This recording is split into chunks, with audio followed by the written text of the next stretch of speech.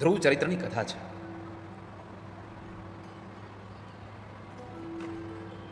પાંચ વર્ષનો ધ્રુવ એટલે એમનો પિતા ઉત્તાનપાદ.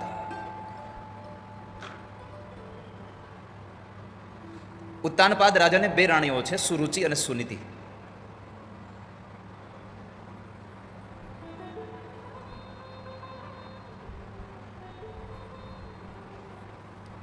આમ જોવા જાવ તો કોઈ આ રાજાની કથા નથી, આ દરેક જીવાત્માની કથા છે. ઉત્તાનપાદનો અર્થ છે જેનું મસ્તક નીચે હોય અને પગ ઉપર હોય એને ઉત્તાનપાદ કહેવાય. આ સંસારમાં આપણે બધા ઉત્તાનપાદ છીએ. હવે આપણને થશે કે આપણે ઉત્તાનપાદ નથી, આપણે તો મસ્તક ઉપર છે, પગ નીચે છે. પણ જ્યારે આ જીવ માના ગર્ભમાં હોય છે ત્યારે મસ્તક નીચે હોય અને પગ ઉપર હોય છે, એટલે આ બધો જીવ ઉત્તાનપાદ છે. અને આ બધા જીવાત્માને બે રાણી છે, સુનીતિ અને સુરુચિ.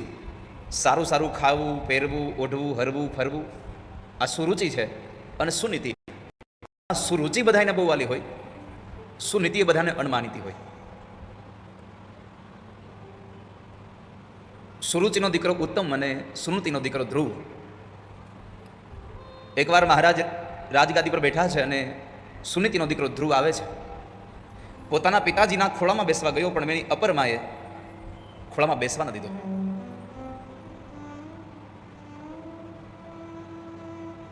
એને મેણું માર્યું છે. ધ્રુવજી મહારાજ કહે છે અમારા પિતાજી છે, હું પણ એક રાણીનો દીકરો છું. સુરુચિ કહે છે કે તારી માં રાણી, તારી માં દાસી છે. અપમાનિત કરી અને એને કાઢી મૂકે છે. પણ જતા પહેલા એમને એવું કહ્યું કે તારે જો તારા પિતાજીના ખોળામાં બેસવું હોય તો જંગલમાં જા, ભગવાનને ભજ, અને ભગવાન મળે તો કહેજે તને મારા કુખથી જન્મ આપે, તો તને તારા પિતાજીના ખોળામાં બેસવા મળે. ધ્રુવજી મહારાજ રડતા રડતા માં સુનીતિ પાસે ગયા. સુનીતિને જઈને કહ્યું કે મને અપરમાએ આવા કવેણ બોલ્યા છે, ન બોલવાના શબ્દો મને બોલ્યા છે.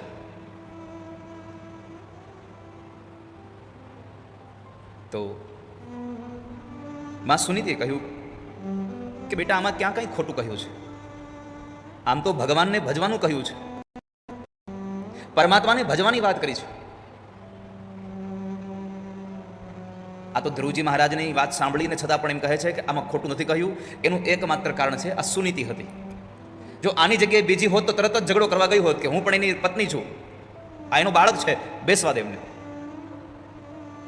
પણ પોતાના બાળકને કીધું કે બેટા તને સાચું જ કીધું ભગવાનને મેળવવાનું, અને આમ પણ આ જગતમાં આપણો સાચો બાપ તો, આપણો સાચો પિતા તો ભગવાન જ છે. ધ્રુવે પ્રશ્ન પૂછ્યો કે એમાં ભગવાન મળે? અરે કેમ ન મળે? તો ધ્રુવજીએ બીજો પ્રશ્ન પૂછ્યો કે માં ભગવાન મળે તો ભગવાન હોય ક્યાં? એ તો કહો મને, ભગવાન ક્યાં મળે? ભગવાન નારાયણના મુખારવિંદની વાત કરીએ તો એમ કહ્યું યત્સ્યાત સર્વત્ર સર્વદા, હું બધે જ છું, ક્યાં નથી? યત્સ્યાત સર્વત્ર સર્વદા. પરંતુ ગોસ્વામી તુલસીદાસજી મહારાજને જો જ્યારે મધુવનમાં માર્ગ ઉપર જઈ રહ્યા છે ત્યારે સામેથી દેવર્ષિ નારદ મળ્યા છે. નારદને નયમા છે એટલે ગમ્યા છે. નારદે પૂછ્યું કે બાળક તો આ જંગલના માર્ગે ક્યાં જાય છે? તો કે વનમાં જાઉં છું. કેમ? ભગવાનને ભજવા. નારદને આશ્ચર્ય થયું કે આ નાનું બાળક અને ભગવાનને ભજવા. કસોટી કરવાની ઈચ્છા થઈ. પ્રશ્ન કર્યો, તને ડર નથી લાગતો કે જંગલમાં તને કંઈક થઈ જશે? ના. બીજો પ્રશ્ન પૂછો, તને લાગે છે કે તને ભગવાન મળશે? નારદનો પ્રશ્ન સાંભળીને 5 વર્ષનો ધ્રુવ જવાબ આપે છે કે મહારાજ ઘરેથી નીકળતાની સાથે પહેલા વેલા તમારા જેવા સંતના દર્શન થયા છે, એટલે હવે મને ભરોસો છે મને ભગવાન મળે પાર છે. મિલે એક એસા સંત ફકીર જો પહોંચા દે ભવ નદિયા કે તીર. એક એવો સાધુ મળી જાય, એક સદગુરુ મળી જાય તો તમારી ગતિ કેટલી બધી આમ થઈ જાય. મિલે એસા સંત ફકીર, એક સાધુ મળી જાય. અને એમાં દેવર્ષિ નારદે એને દ્વાદક્ષરી મંત્ર આપ્યો, ઓમ નમો ભગવતે વાસુદેવાય. એટલે બેટા આ મંત્રનો જપ કરજો. પણ કશું પામવા માટે જપ ન કરશો. સમુદ્રમાં આ બુદ્ધિરૂપી આ છીપલું અને એમાં સદગુરુએ આપેલા ચિંતનનું એ મોતી જો પાકે, આમ તમે જોવા જાઓ તો છીપલાની કંઈ કિંમત ન હોય, પણ છીપલાની કિંમત બહુ મોટી એટલા માટે હોય છે કે એ મોતીને સાચવીને બેઠું છે. એમ તમે જો આ બુદ્ધિમાં પણ પરમાત્માના ચિંતનને સાચવીને બેસશો તો તમારી બુદ્ધિની પણ સંસારમાં કિંમત થશે. વાલા ભક્તજનો,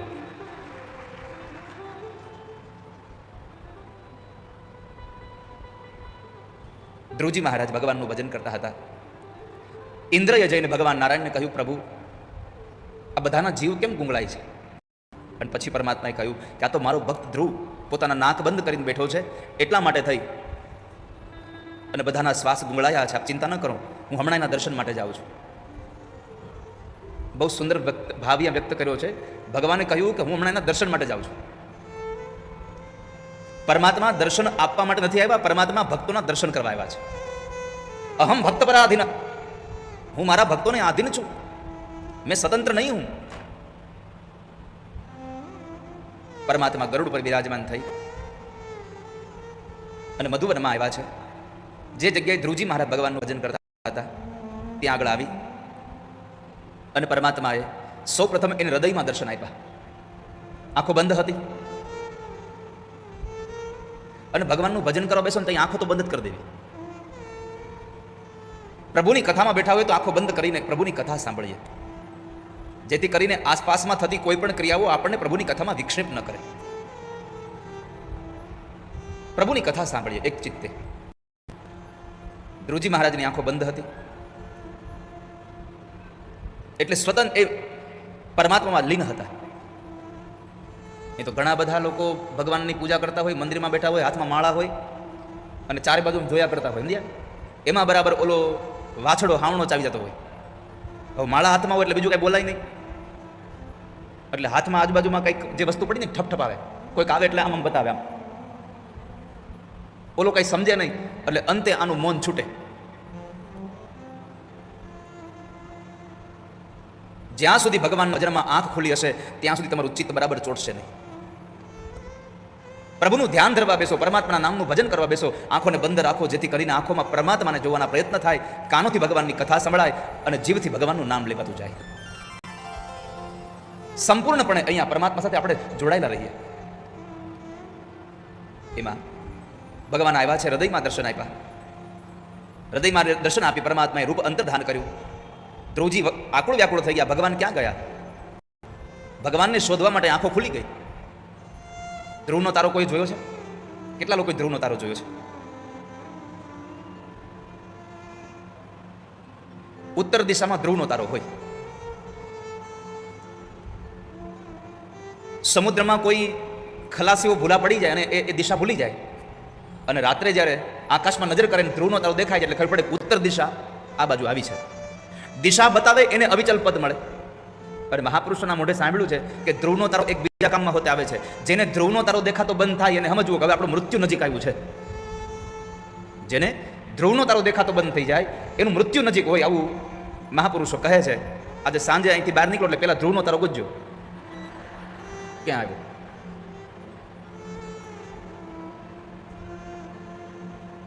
ધ્રુવજી મહારાજને ભગવાને વરદાન આપી અને પ્રભુ વિદાય થયા છે. પરમાત્મા વિદાય થયા, અંતર્ધાન થયા. ધ્રુવજી મહારાજ કચવાતા મને ઘરે આવ્યા છે.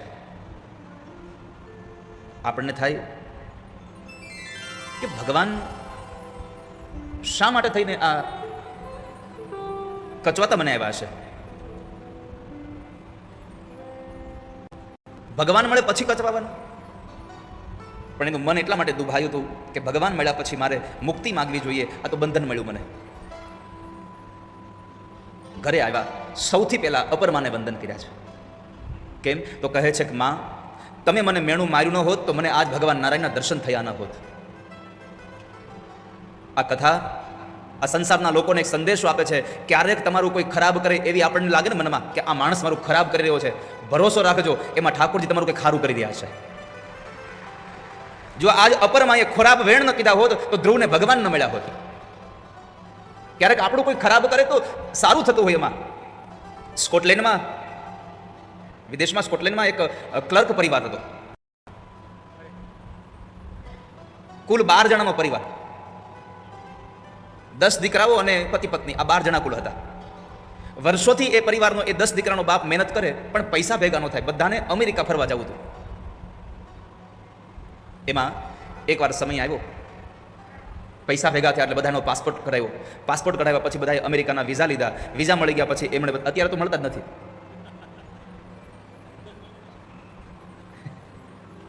અત્યારે તો નામ જ નથી લેવાતું એનું.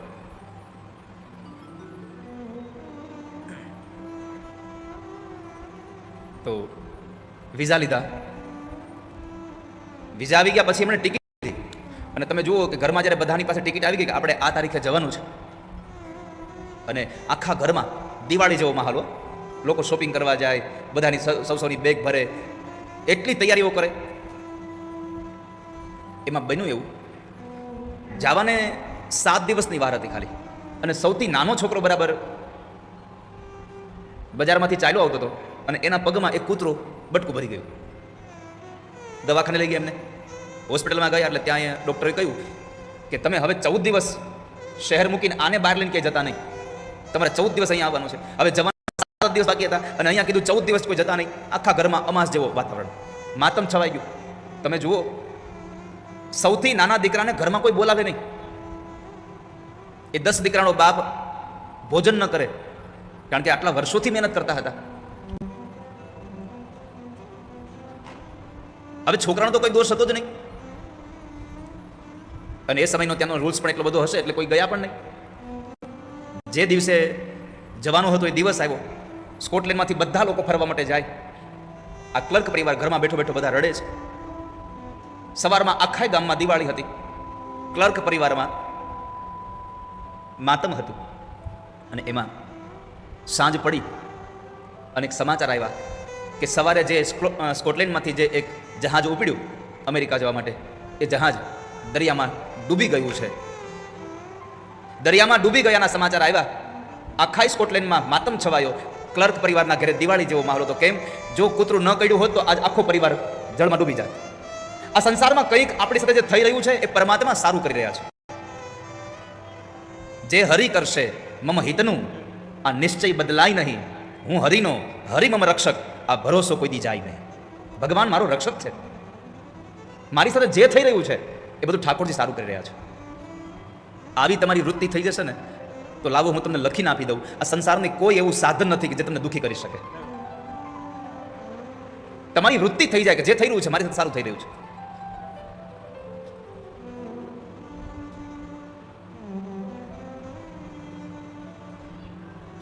ધ્રુવજી મહારાજે અપરમાને વંદન કર્યા, માં સુનીતિને વંદન કર્યા. આ સુનીતનો બાળક હતો. આજે સુનીતિને પોતાની છાતી ગજગજ ફૂલે છે કે હું ખરેખર આજે પુત્રવાન થઈ મારો દીકરો મળ્યો છે, ભગવાનનો ભક્ત મને મળ્યો.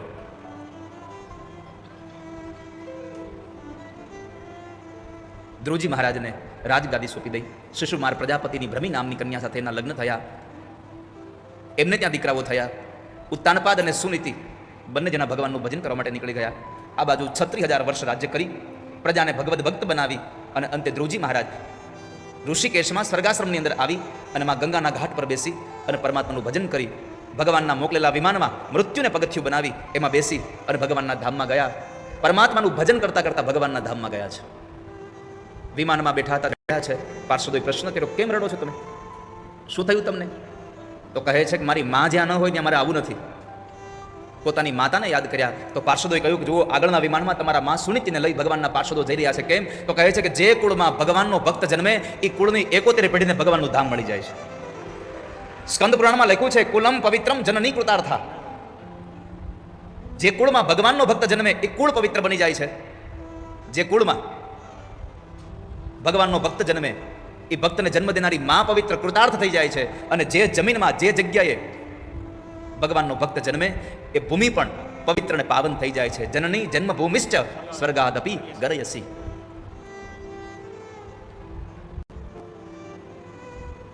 અધૂરા ઘડા છલકાઈ બહુ વાળા. કોકની માથે આમ ઘડો હોય અને બાજુમાં 2-3 જણા હાલ્યા જતા હોય, અને જો ઘડો અધૂરો હોય ને તો એ જેની માથે ઘડો હોય એને તો પલાળે, બાજુમાં હોય એને હોતે પલાળે. તો તત્વજ્ઞાન થાય ત્યારે માણસે શાંતિ રાખવી જોઈએ. બીજું, આ તમે અત્યારે ભાગવતની કથા સાંભળવા આવ્યા છો ને, એ કથા સાંભળવાનું તમને શોભે ક્યારે ખબર છે? તમારામાં નમ્રતા હોય તો. નમ્રતાથી શાસ્ત્રનું શ્રવણ શોભે છે. હવે આપણે કોઈક બેસી ગયા હોઈએ, અને પછી આપણાથી કોઈ વડીલ આવે અને છતાંય આપણે ઊભા ન થઈએ, અને એ વડીલ ચારે બાજુ જગ્યા ગોતે ને ક્યાંય જગ્યા મળતી ન હોય, વળી પાછા વયા જાય, તો આપણું શ્રવણ અધૂરું છે. એને આપણે ઊભા થઈને એને બેસાડી દઈએ તો શાસ્ત્રનું શ્રવણ સાચું પડે તમારી માથે. ભલે એની પાસે વીઆઈપી પાસ ન હોય, શું થઈ ગયું? ગયા જન્મની સ્મૃતિ હતી, એટલે એમણે હરણના શરીરમાં પણ ભગવાનનું ભજન જ કર્યું. પાણીમાં ઊભા રહીને પણ એને ભગવાનનું ભજન કરતા કરતા કરતા હરણના શરીરનો ત્યાગ કર્યો. અને બીજા જન્મમાં અંગીરા ગોત્રના બ્રાહ્મણને ત્યાં બે પત્ની છે. એક પત્નીને એક દીકરો છે ને એક પત્નીને એક દીકરો ને દીકરી છે. જોડલું જન્મે છે. એમાં જે જોડલું જન્મે છે એમાં દીકરો છે એ ભરતજી મહારાજ થઈને આવ્યા છે. ગયા જન્મની સ્મૃતિ છે. એટલે એ સ્મૃતિમાં એને યાદ આવ્યું કે મેં હરિહરિ કરવાને બદલે હરિને કર્યું, મારે 2 જન્મ બીજા લેવા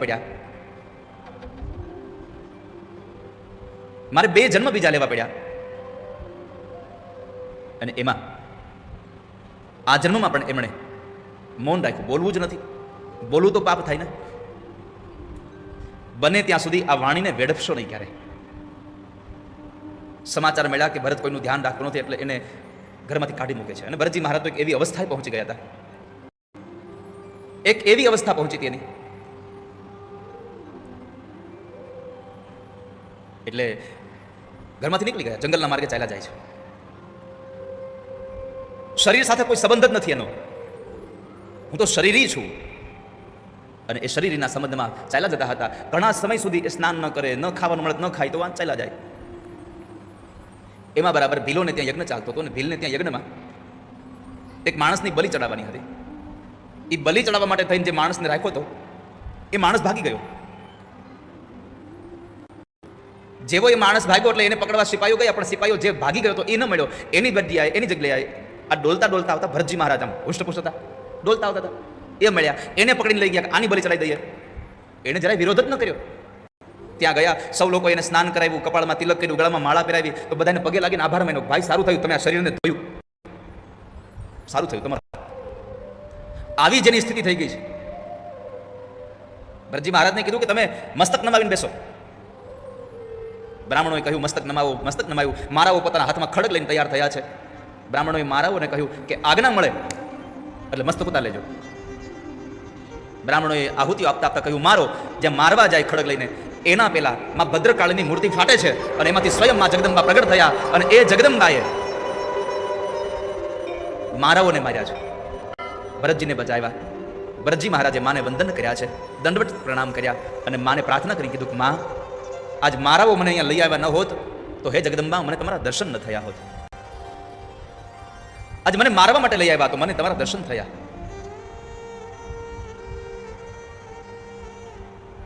બાદમાં ત્યાંથી ભરતજી મહારાજ નીકળ્યા છે. ચાલતા ચાલતા જંગલમાં જતા હતા. એમાં સિંધુ અંશ છે અને હું અંશી છું. તો આપણે બ્રહ્મ છીએ, એની યાત્રા છે આ.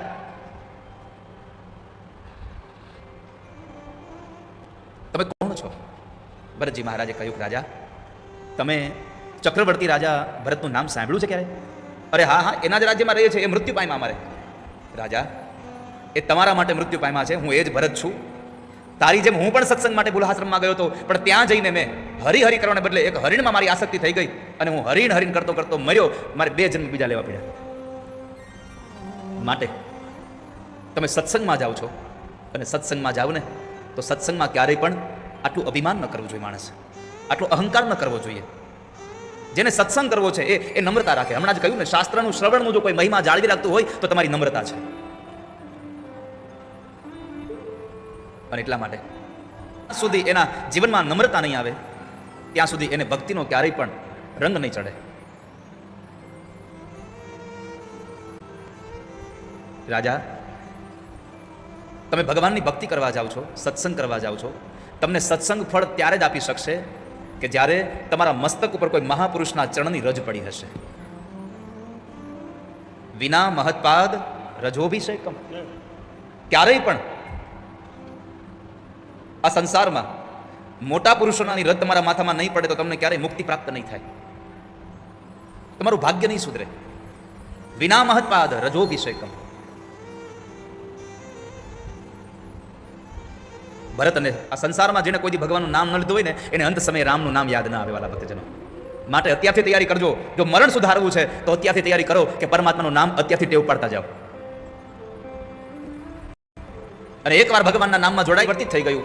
અજામિલે ત્યાંથી નીકળી ભગવાન ભાગવતજીના 10મા સ્કંદના શ્લોકોનો પાઠ કરી અને ભગવાનમય બની ગયો છે. એક નામથી ઉદ્ધાર થયો એટલે નામનું કવચ રાખો, ભગવાનની ભક્તિ કરો. ત્યાર પછી ધ્યાન પ્રકરણની કથા, નારાયણ કવચની કથા કે ભગવાનના નામનું કવચ બની જાય. અને વૃત્રાસુરે 4 શ્લોકોમાં સ્તુતિ કરી. ધર્મ, અર્થ, કામ અને મોક્ષ. એક વૈષ્ણવ માટે ધર્મ શું છે, એક વૈષ્ણવ માટે કામ, અર્થ અને મોક્ષ શું છે. ભક્તજનો આ કથામાં 1-2 સંદેશા એવા છે સાંભળવા જેવા કથાઓમાં છે. સૌથી પહેલો સંદેશો એ છે કે પ્રહલાદ જ્યારે જન્મ્યા અને પછી 5 વર્ષના થઈ અને જ્યારે ગુરુના આશ્રમમાં ભણવા ગયા અને ગુરુદેવ હાજર ન હોય ત્યારે ગુરુદેવ એને ભણાવવાનું કામ સોંપે તો ગુરુએ જે ભણાવ્યું એ ન ભણાવ્યું પણ માના પેટમાં જે નારદજી પાસેથી સાંભળ્યું હતું એ ભણાવ્યું. એટલે પેલો સંદેશો કથામાં આ મળ્યો છે કે સ્ત્રીના ઉદરમાં જ્યારે સંતાન હોય ત્યારે સારા સારા સત્સંગોને સાંભળવા જોઈએ, સારા સારા ગ્રંથોને વાંચવા જોઈએ, સારા સારા વિચારો કરવા જોઈએ કે જેની અસર એના બાળક ઉપર પડી રહી છે. 100 વર્ષ સુધી પ્રહલાદજી મહારાજમાં કયાધુના ઉદરમાં રહ્યા.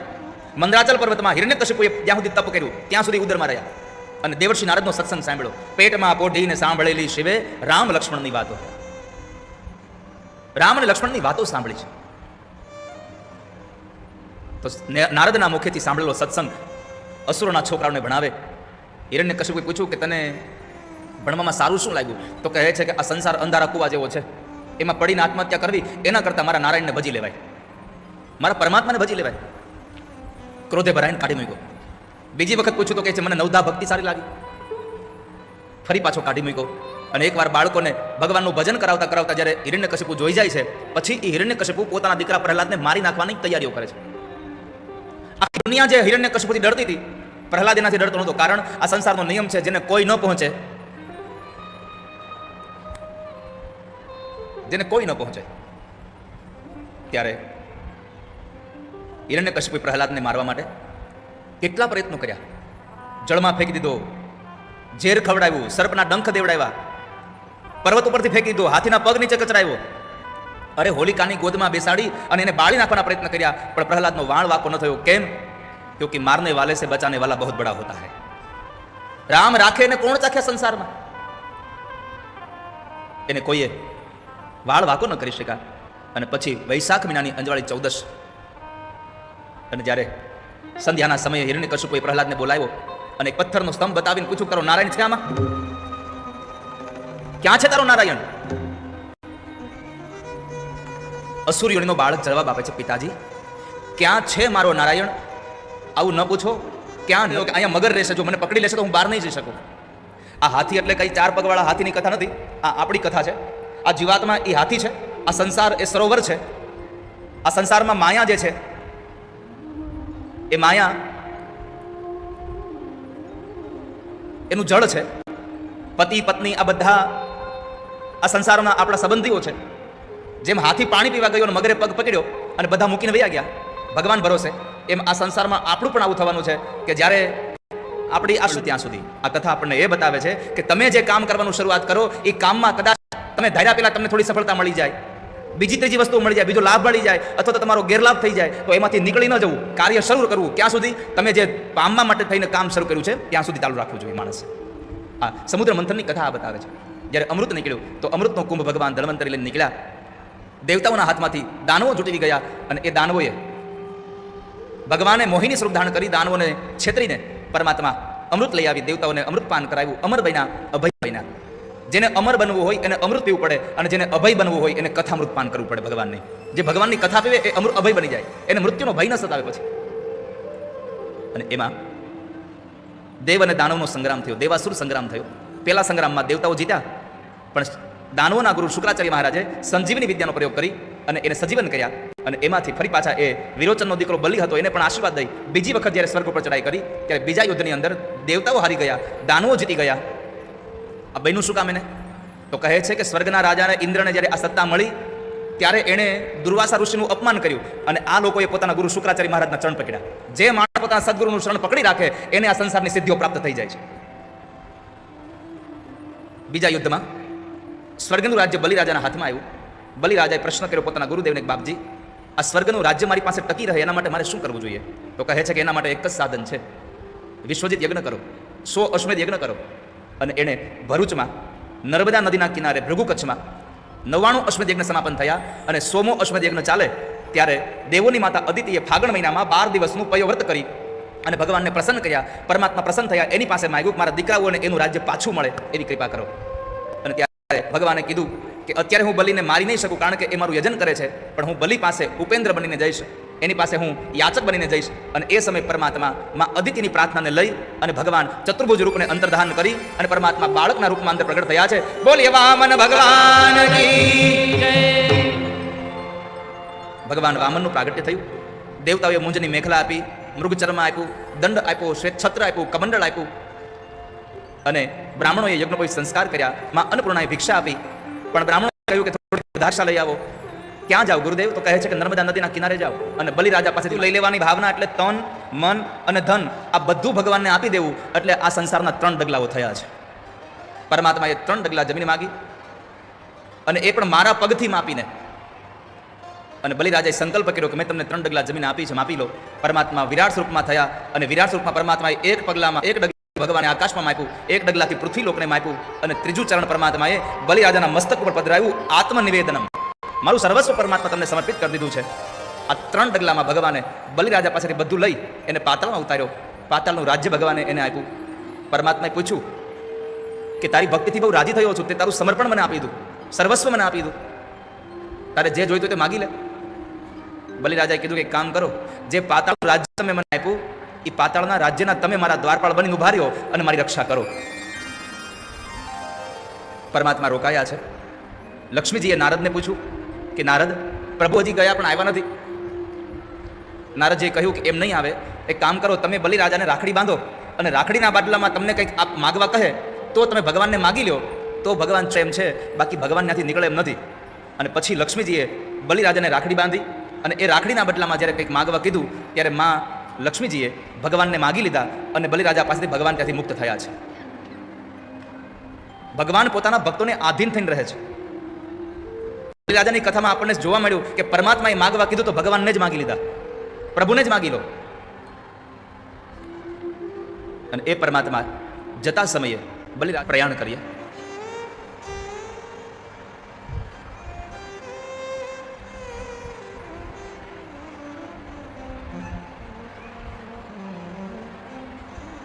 ભગવાન જ્યારે મોટા થયા, રામચરિત માનસમાં ક્યાંય લખ્યું નથી કે ભગવાને માં કૌશલ્યાને કંઈ હેરાન કર્યા હોય.